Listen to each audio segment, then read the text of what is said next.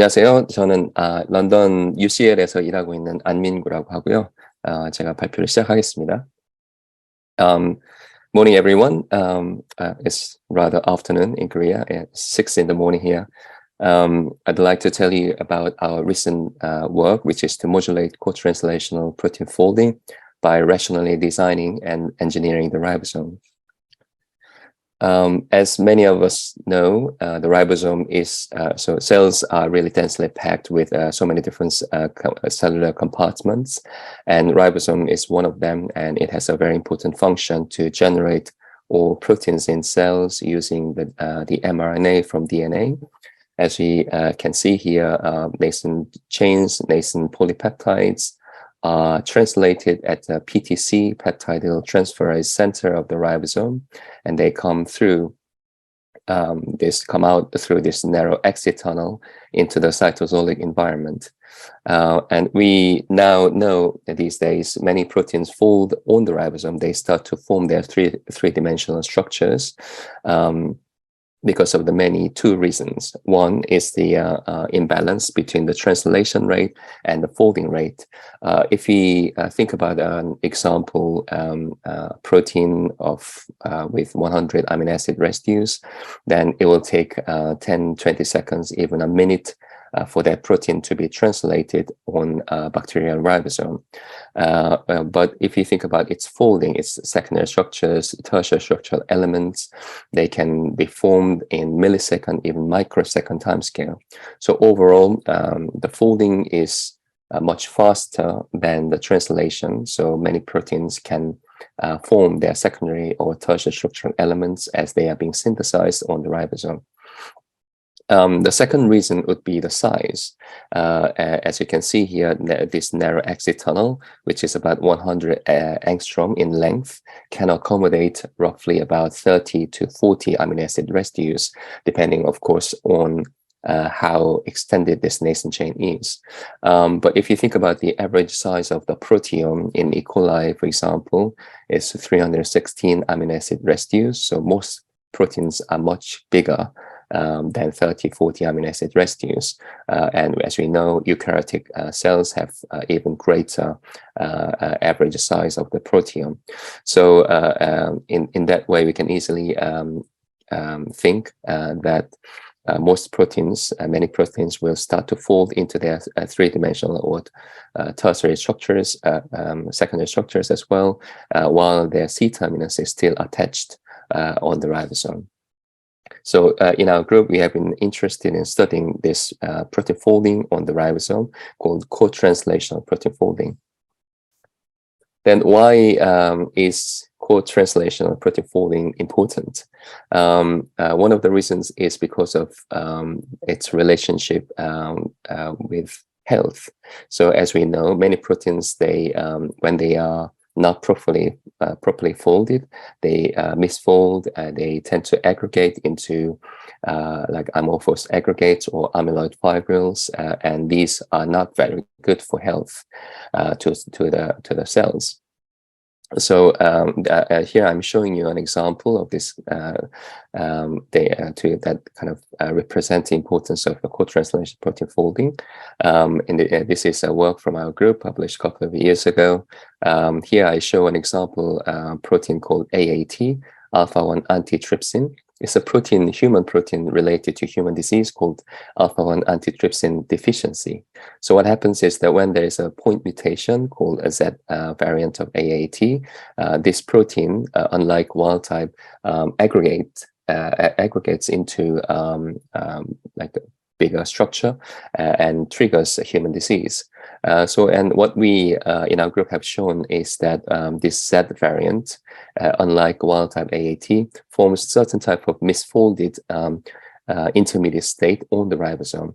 And what happens is that this misfolded intermediate structure on the ribosome is really persistent, not only on the ribosome during translation, but also after translation. So this persistent structure is post-translational.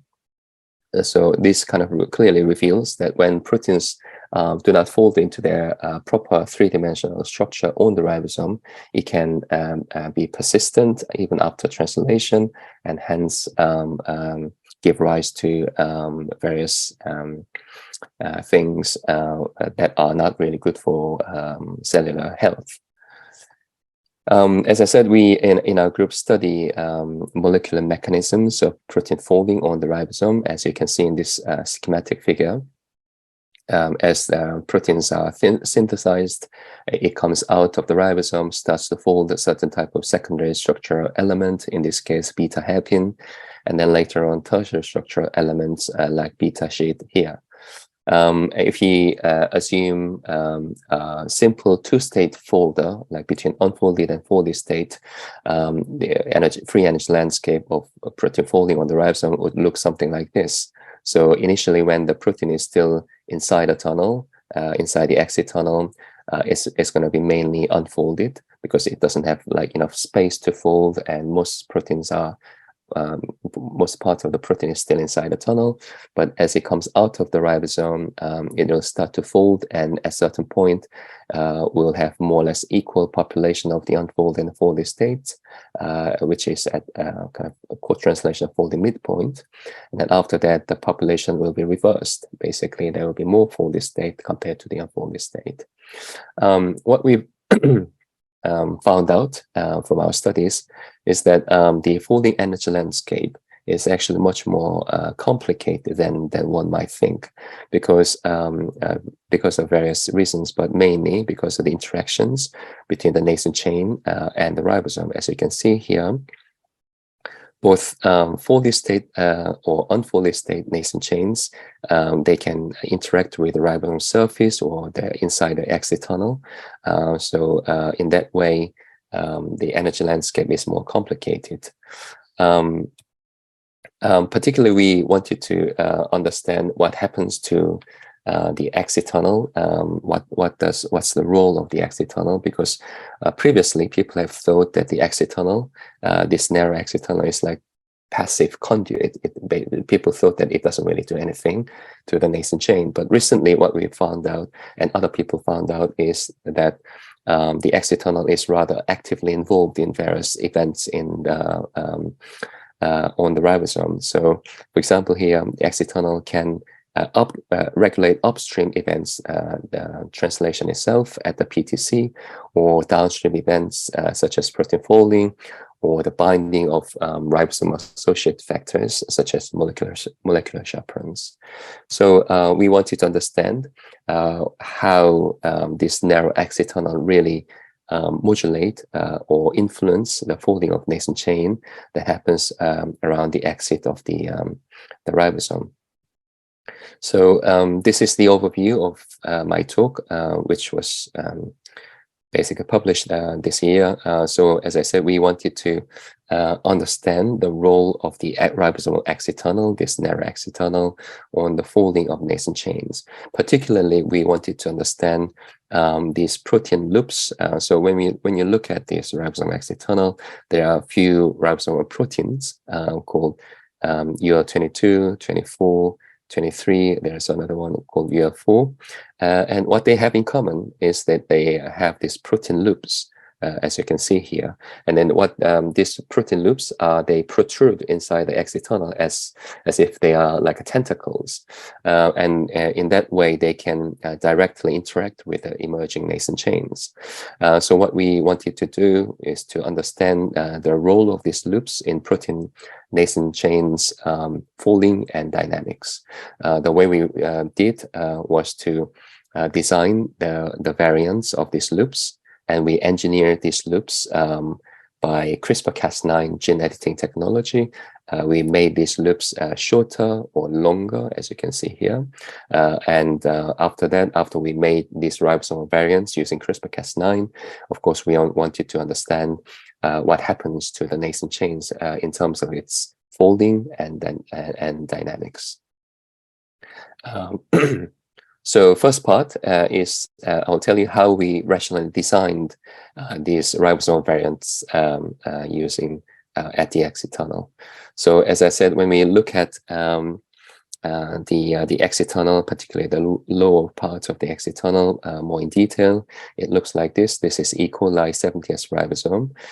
There's 30S small subunit, 50S large subunit, and there's PTC, where the nascent chain is made, basically the peptide dual transferase center. You can see the tRNA, and the nascent chain is made here, and it comes out through this narrow exit tunnel. And there are 5 ribosomal proteins called UL4, 22, 23, 24, and 29. What these ribosomal proteins have in common is two things. Firstly, as I said, they interact directly with the emerging nascent chains. Here I show you 2 different nascent chains, nascent polypeptides. Of course, they can't be in one ribosome, but I show them at the same time, so to help you understand. So FLN5 is our actual model protein. It's an immunoglobulin-like fold, small protein like 95 amino acid residues. Alpha-synuclein, some of you may know, this is intrinsically disordered protein that is related to Parkinson's disease. But this protein doesn't really fold as it's an IDP, intrinsically disordered protein. We simulated these 2 proteins on the ribosome and analyzed the interactions between the nascent chain and these ribosomal proteins. What we see is that these 2 different nascent chains, although they are quite different in terms of their nature, their structure, they have in common. What they have in common is that they interact with these 4 ribosomal proteins through their loops. These loops. Secondly, these ribosomal proteins also have some interesting evolutionary features. What I mean by that is that, for example, so here I show you some sequences of these proteins across different domains of life. Eukaryotes, bacteria, some chloroplastic or mitochondrial ribosomes as well. So UL4, which is deeper inside the tunnel, has longer sequence in eukaryotic ribosome than prokaryotic ribosome, and this longer sequence makes the second constriction site. The bacterial ribosome has one narrowest part called the constriction site, but eukaryotic ribosome has 2 constriction sites, and the second constriction site is constructed by this longer sequence. Another example is the UL23, UL24, the 2 proteins that are close to the exit. Bacterial ribosomes have longer UL3, UL23, and UL24 compared to eukaryotic ribosome, as you can see here. For example, human, our ribosome proteins, UL23, UL24, colored in gray here, they are shorter in terms of their loops compared to the bacterial ribosomes. And when we analyze other sequences, we could actually see that some bacteria that have not been really studied much have even longer UL23, UL24 sequences compared to E. coli ribosome. As you can see here, these have 8 or 9 residues longer loops than UL23, UL24 of the E. coli. So with these interesting features, we wanted to understand how these protein loops might modulate the folding and dynamics of nascent chains. We came up with these designs.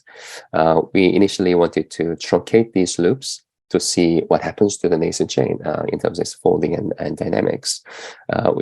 So we came up with this single truncation designs. Basically, we made this UL22, 23, 24 loops shorter. We also made them additive mutants to understand whether there is any synergistic impact of these truncations.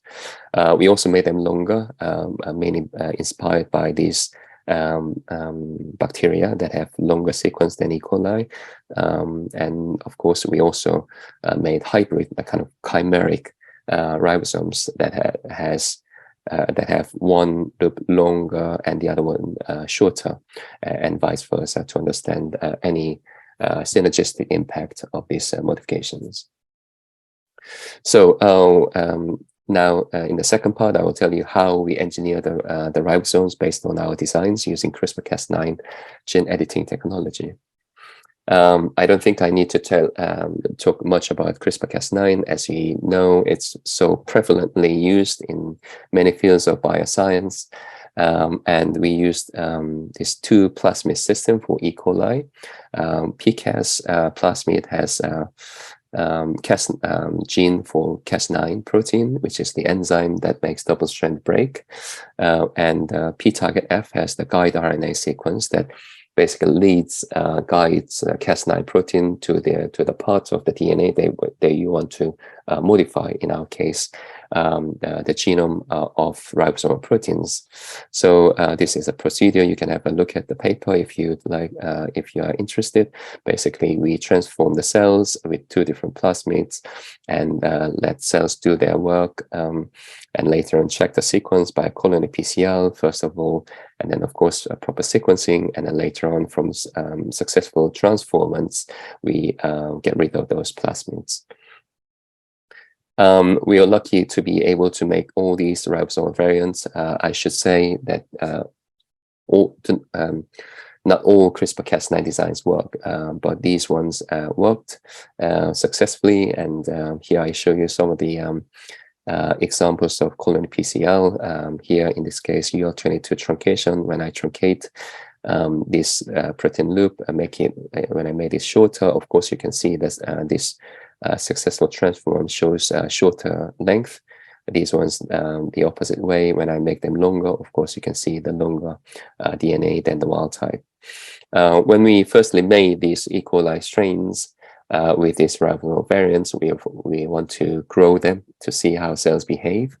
As you can see here, this growth profiles.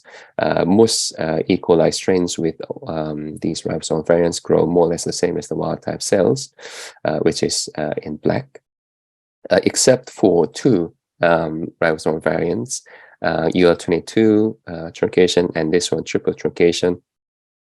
What they have in common is that they have both UL22 loop truncation, and this was not very surprising to us because from the literature we know that UL22 loop is important for ribosome assembly, particularly 50S large subunit. So what happens is that during the lag phase, ribosome assembly is delayed when this loop is truncated, and that's why we see longer lag phase. But when the ribosomes are properly assembled and when cells are in exponential growth phase, of course they pick up, and the overall growth is more or less the same. Now I've shown you so far that we came up with these ribosomal variant designs, and we generate these designs, ribosomal variants using CRISPR-Cas9. Now, of course, we want you to understand what happens to the nascent chain.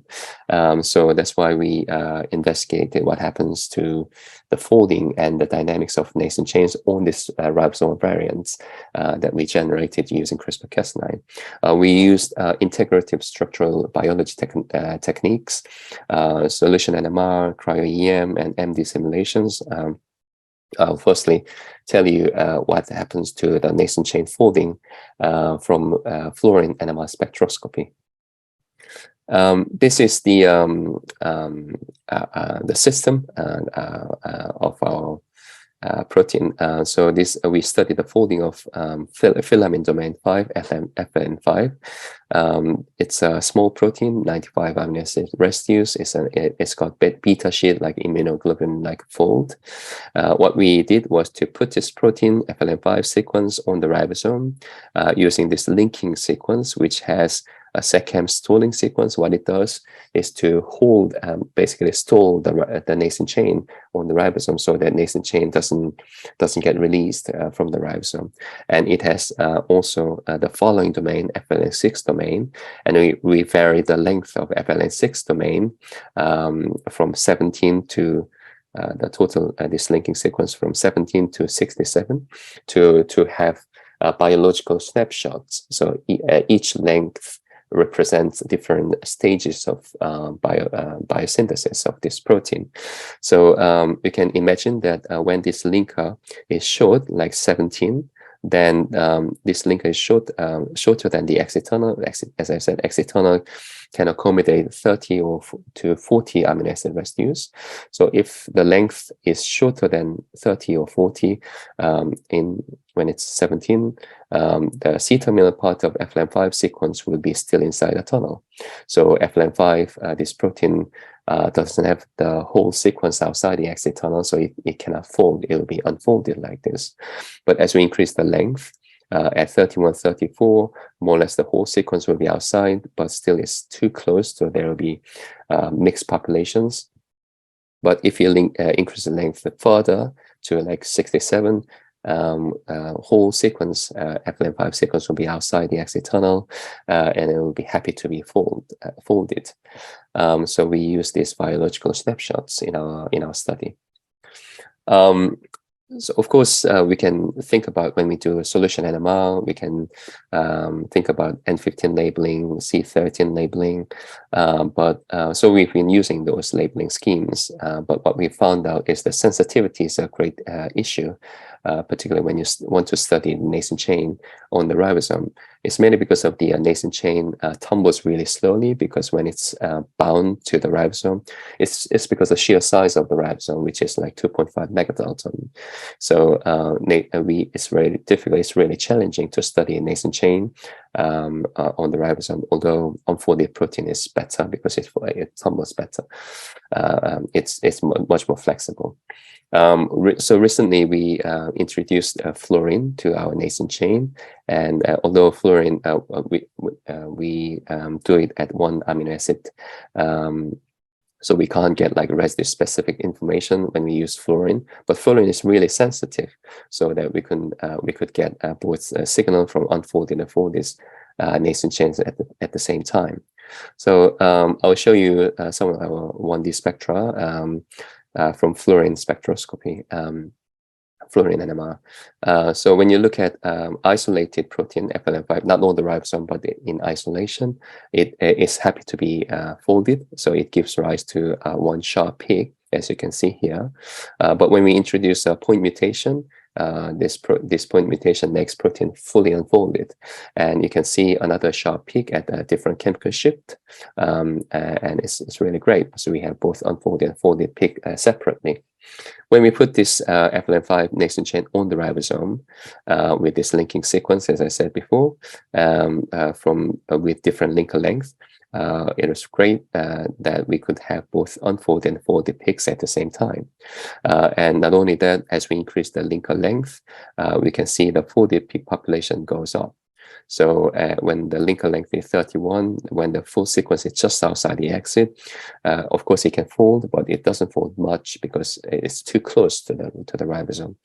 But as you increase the linker length, 3 more amino acid residues, meaning 3 when the protein is more translated, like 3 more amino acid residues, we see the increase of the folded population.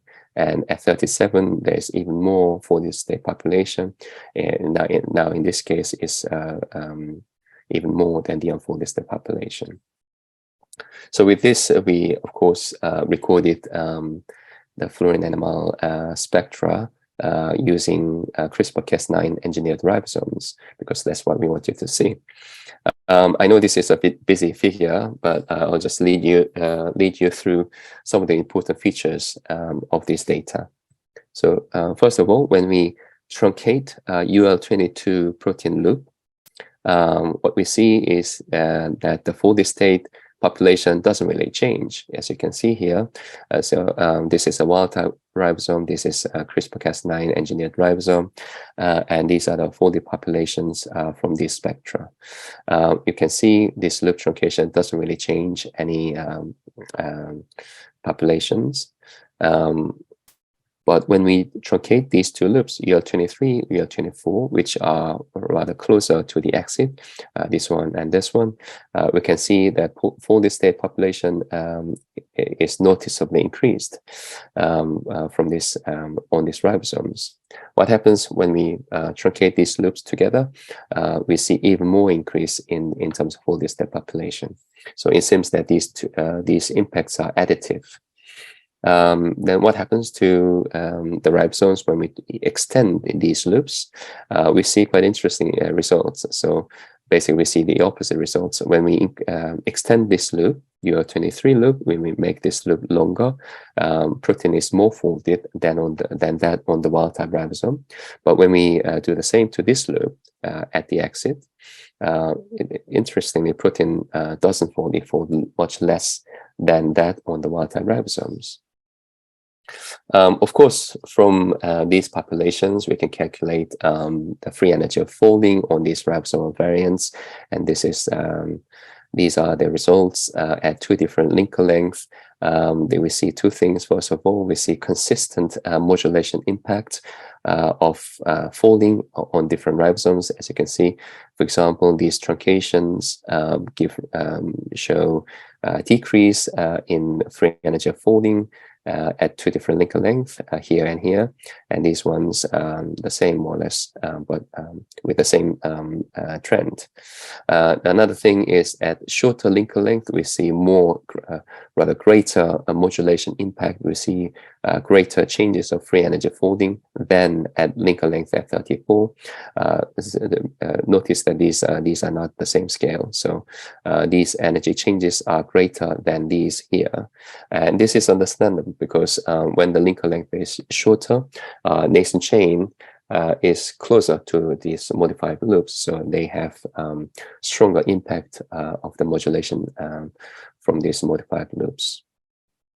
So so far now I have shown you the folding outcomes on these different ribosomes, and of course we wanted to understand why these folding outcomes happen. So we wanted particularly to have structural information. So of course we use a solution NMR to look at the dynamics of nascent chains and also its interactions with the ribosome surface.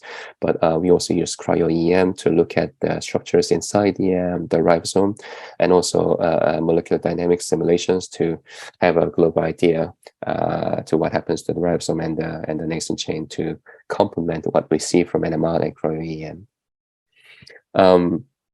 Here I show you an example of one of the ribosomal variants, UL23, 24 double truncation ribosome. So what we did was to truncate, make these two loops shorter at the same time. Previously, I showed you from fluorine animal data that nascent chain fold much more on this ribosome than on the wild-type ribosome. When we look at the ribosome structure of this variant, you can clearly see that these two loops are truncated, so there's no density here. And when we simulate the nascent chain on this ribosome, we clearly see the difference in terms of its pathway and its population outside the exit. So on the wild-type ribosome, because of these two loops, UL23 loop, UL24 loops, nascent chain is kind of pushed away to the opposite side of these loops, and at outside the exit, you can see that it's populated mainly the opposite side of the UL24 loop. But when these two loops are truncated, of course, you see a more kind of straight nascent chain pathway trajectory, and also more evenly distributed nascent chain outside the exit. When we look at their population from the movie, it's more obvious that the nascent chain is more rather populated on one side of the ribosome because of the presence of this loop on the wild-type ribosome. But here, when these two loops are truncated, it can more evenly populate it around the exit tunnel. We also studied using NMR, nascent chain dynamics, flexibility, and also its interaction with the ribosomal surface. I don't want to go through all the details, but basically in this data we used N15 labeling scheme. We selectively labeled nascent chain with N15. and we looked at the peak intensities and cross-correlated relaxation rates, and focused on, like for example, one peak at the C-terminus to understand its binding with the surface of the ribosome. So what we collectively see from this data is that nascent chain has much more rather increased flexibility and mobility on the ribosomes, on this ribosome when these two loops are truncated. And also it has a reduced interaction with the ribosomal surface. So we can get free energy of binding from this based on these chemical shift perturbations. And when we compare the free energy of binding on this ribosome with the free energy of folding on this ribosome that I showed you before from fluorine animal data, we see quite good correlation between the two free energy changes.